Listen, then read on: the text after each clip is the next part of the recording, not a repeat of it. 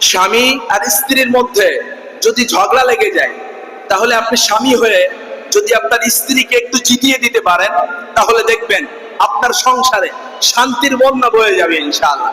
কারণ বিশ্বনবী সাল্লাল্লাহু আলাইহি ওয়াসাল্লাম প্রথমে যখন আম্মাজান আয়েশা সিদ্দিকা রাদিয়াল্লাহু তাআলা আনহাকে নিয়ে দৌড় প্রতিযোগিতা করেছিলেন, তখন নবীজি আম্মাজান আয়েশাকে হারিয়ে দিয়েছিলেন।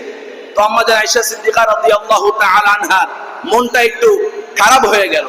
কিন্তু যখন বিশ্বনবী সাল্লাল্লাহু আলাইহি ওয়াসাল্লাম পরবর্তীতে আবার আম্মাজান আয়েশা সিদ্দিকা রাদিয়াল্লাহু তাআলা আনহাকে বলেছিলেন, চলো আবার একটু কম্পিটিশন করি, আবার একটু দৌড় প্রতিযোগিতা করি, তখন যখন দুইজন আবার দৌড় প্রতিযোগিতা করলো, তখন বিশ্বনবী সাল্লাল্লাহু আলাইহি ওয়াসাল্লাম ইচ্ছাকৃতভাবে আম্মাজান আয়েশা সিদ্দিকা রাদিয়াল্লাহু তাআলা আনহাকে জিতিয়ে দিলেন।